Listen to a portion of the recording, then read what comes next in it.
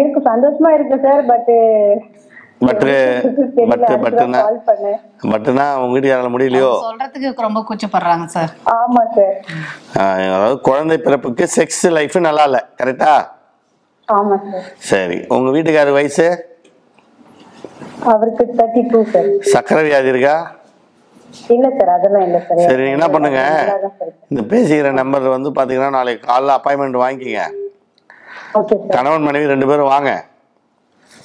கை நாடி பார்த்து ஆண்களுக்கு என்ன பிரச்சனை, பெண்களுக்கு என்ன பிரச்சனை, ஏன் குழந்தை பாக்கியலன்னு கை நாடி பார்த்து சொல்லுவேன்.